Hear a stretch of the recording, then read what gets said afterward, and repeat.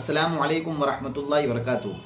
आज की इस वीडियो के ज़रिए से हम आपके सामने वित्र के मुताल्लिक़ जितने भी मसाइल हैं वो सब आज की इस वीडियो के ज़रिए हम आपके सामने पेश करने वाले हैं।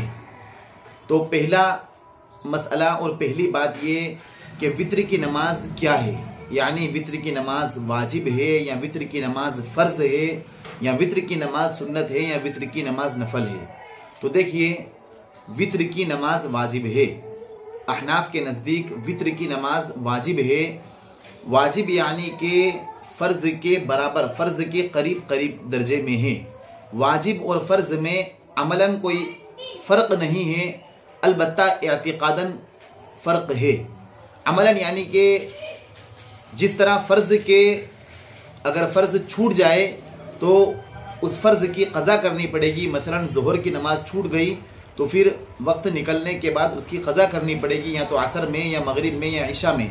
इसी तरीके से अगर किसी की वित्र इशा की नमाज फौत हो गई या किसी ने इशा की नमाज तो पढ़ी लेकिन वित्र को छोड़ दिया तो उसकी भी जिस तरह फ़र्ज़ की क़ज़ा होती है इस तरह वित्र की भी क़ज़ा करनी पड़ेगी। यानी अगर किसी शख्स से इशा की नमाज फौत हो गई, उसने इशा की नमाज नहीं पढ़ी, तो जब उसकी क़ज़ा करेगा तो वो इशा की 4 रकात फ़र्ज़ पढ़ेगा और साथ साथ 3 रकात वित्र भी पढ़ेगा। या फिर किसी ने इशा की फ़र्ज़ पढ़ी और वित्र को छोड़ दिया तो उसे बाद में वित्र की क़ज़ा करनी पड़ेगी। तो अमलन फ़र्ज़ और वाजिब में कोई फ़र्क नहीं है, अलबत्ता अक़ीदे के एतिक़ादन यानी अक़ीदे के एतबार से वित्र और वाजिब और फ़र्ज़ में फ़र्क है। और फ़र्क ये है कि अगर कोई शख्स फ़र्ज़ का इनकार कर दे, अगर कोई शख्स ये कह दे कि मैं ज़ोहर की नमाज को मानता ही नहीं, ज़ोहर की नमाज नहीं पढ़ूंगा, तो फ़र्ज़ का इनकार करने वाला काफिर हो जाएगा।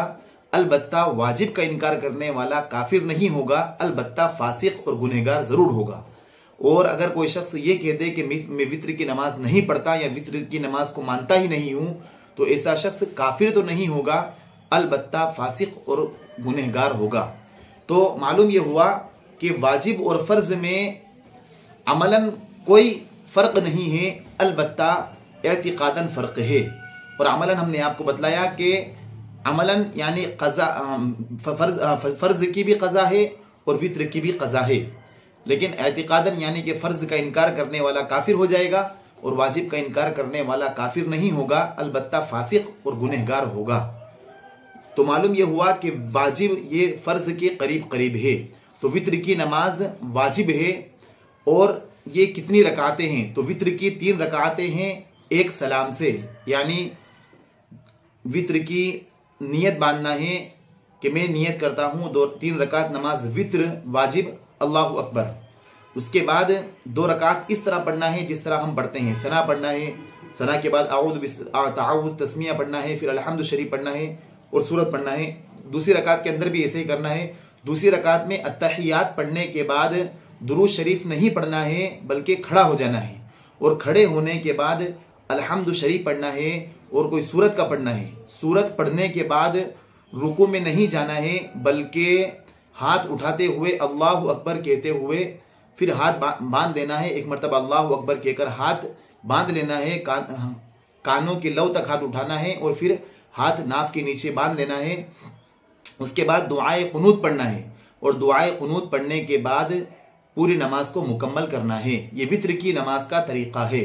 अब अलबत्ता अगर किसी शख्स ने वित्र की, ये एक मसला हम ये तो समझ गए, अलबत्ता ये याद रखें कि वित्र की 3 रकातों में अलहम्दु के साथ सूरत पढ़ना है। यानी वित्र की 3 रकातों में अलहम्दु शरीफ भी पढ़ना है और 3 रकातों में सूरत भी पढ़ना है। अब अगर कोई शख्स तीसरी रकात में दुआए कुनूत पढ़ना भूल गया और वो रुकू में चला गया, अब उसे याद आया, तो क्या अब वो रुकू से उठ जाए, वापस दुआए कुनूत पढ़ने के लिए वापस लौट जाए, या रुकू में ही कायम रहे?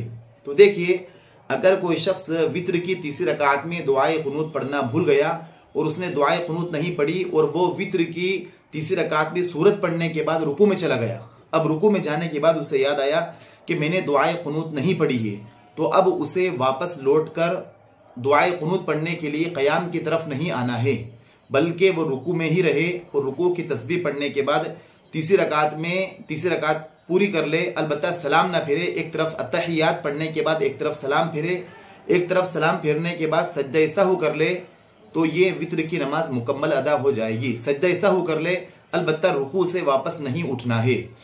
अलबत्ता अगर कोई शख्स उठ गया तो उससे उसकी नमाज में कोई फर्क नहीं पड़ेगा, सज्दा सहू लाजिम होगा, सज्दा सहू से नमाज हो जाएगी। लेकिन ऐसा करना बुरा है, और बुरा इसलिए है कि देखिए कि अगर किसी ने दुआए कुनूत नहीं पढ़ी और वो रुकू में चला गया, तो अब उसे वापस खड़ा नहीं होना है। और खड़ा इसलिए नहीं होना है कि दुआए कुनूत का पढ़ना वाजिब है और रुकू करना फर्ज है, तो उसे फर्ज एक कवी चीज है और वाजिब एक थोड़ी उससे कमजोर है। तो फर्ज से जो फर्ज है वो कवी है, उससे वाजिब की तरफ नहीं लौटना है, यानी जो मजबूत है कवी है उससे कमजोर की तरफ नहीं लौटना है। और यहाँ मजबूत रुकू है, कवी रुकू है, तो उससे और क़याम जहां पर दुआए कुनूत पढ़ने के लिए लौटा है वो वाजिब है, जो फर्ज से थोड़ा कमजोर है। तो कवी से कमजोर की तरफ, ज़ईफ की तरफ नहीं लौटना है। इसलिए अगर कोई शख्स तीसरी रकात में दुआए कुनूत पढ़ना भूल जाए और रुकू में चला जाए, तो फिर उसे वापस दुआए कुनूत पढ़ने के लिए रुकू से नहीं उठना है, बल्कि रुकू में ही रुकू की तस्बीह पढ़ लेना है, सुबहान रब्बियल अज़ीम और समी अल्लाहु लिमन हमीदा के अल्लाहु अकबर कहकर नमाज को मुकम्मल करना है, इस रकात को मुकम्मल करना है। लेकिन इसको मुकम्मल नहीं करना, बल्कि अत्तहियात पढ़ने के बाद एक तरफ सलाम फेर देना है और सज्दा सहू कर लेना है, ताकि जो दुआए कुनूत नहीं पड़ी है उसकी भरपाई सज्दा सहू के जरिए से, वाजिब के छूटने से, सज्दा सहू से उसकी भरपाई हो जाए। अब एक और मसला ये कि अगर किसी शख्स ने गलती से पहली रकात में या दूसरी रकात में दुआए कुनूत पढ़ ली, हालांकि दुआए कुनूत का महल है तीसरी रकात, कि तीसरी रकात में अलहम्दु और सूरत पढ़ने के बाद दुआए कुनूत पढ़ना है, लेकिन अगर किसी शख्स ने गलती से पहली रकात में या दूसरी रकात में दुआए कुनूत पढ़ ली, तो क्या इसका एतबार होगा या नहीं? तो देखिए, अगर किसी शख्स ने पहली रकात में दुआए कुनूत पढ़ ली या दूसरी रकात में वित्र की दूसरी रकात में दुआए कुनूत पढ़ ली, तो इसका कोई एतबार नहीं होगा, बल्कि तीसरी रकात में फिर उसे सूरत के बाद दुआए कुनूत का पढ़ना वाजिब है, लाजिम है, जरूरी है। अब अगर किसी शख्स ने भूले से पहली और दूसरी रकात में पढ़ ली, तो आखिर में सज्दा सहू कर ले, सज्दा सहू करने से उसकी वित्र की नमाज सही हो जाएगी। अब एक और मसला ये कि अगर किसी शख्स को दुआए कुनूत याद ना हो तो वो क्या करे? तो देखिए, सबसे पहले उसे दुआए कुनूत सीखने की कोशिश करना चाहिए। हम देखते हैं कि आज दुनिया के हासिल करने के लिए, दुनिया में डिग्रियां हासिल करने के लिए बड़ी बड़ी किताबें हम याद कर लेते हैं, इंजीनियर बन जाते हैं, डॉक्टर बन जाते हैं, बड़ी बड़ी किताबें हम हल कर लेते हैं और बड़े बड़े मसाइल हल कर लेते हैं। तो हम एक छोटी सी दुआ जो रोजाना, हर नमाज रोजाना एक नमाज में हमें काम आती है, जो इशा की नमाज में वित्र में हमें ये काम आती है, तो चे जाए कि हम इसे याद ना कर लें। क्या हरज है हमारा इसे याद करने में? तो सबसे अव्वलन ये कोशिश करना चाहिए कि हम उस दुआए कुनूत को मुकम्मल तौर पर याद कर लें। बहुत बड़ी सूरत नहीं है, अल्लाहुम्मा इन्ना नस्तईनुका व नस्तगफिरुका, ये बड़ी दुआ नहीं है, छोटी सी मुख्तसर दुआ है, तो हम इसे याद कर लें। लेकिन अगर किसी शख्स को बिल्कुल याद नहीं है और वो याद करने की कोशिश कर रहा है, तो अभी वो वित्र में क्या पढ़े?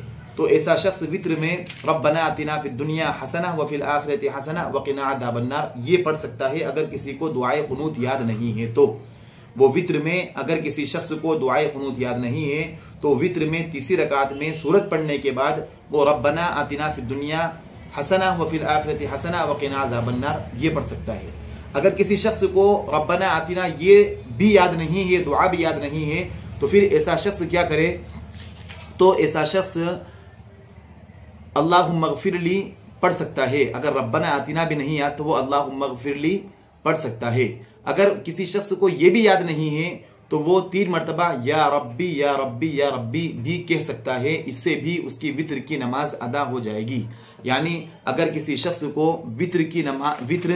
नमाज वित्र के अंदर दुआए कुनूत याद ना हो तो वो उसे सीखने की कोशिश, अव्वलन उसे सीखने की कोशिश करना चाहिए। लेकिन अगर याद नहीं है तो रब्बना आतिना फिद दुनिया हसना व फिल आखिरति हसना व क़िना अज़ाबन्नार दुआए कुनूत के बजाय ये पढ़ ले। अगर किसी को ये भी याद नहीं है तो वो अल्लाहुम्मा ग़फ़िरली ये पढ़ ले।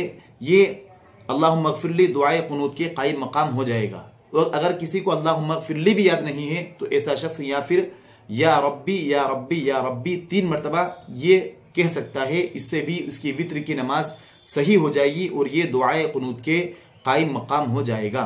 और ये वित्र के जितने मसाइल हमने आपको बतलाए हैं ये दरसे बेहिश्ती जेवर में लिखे हुए हैं।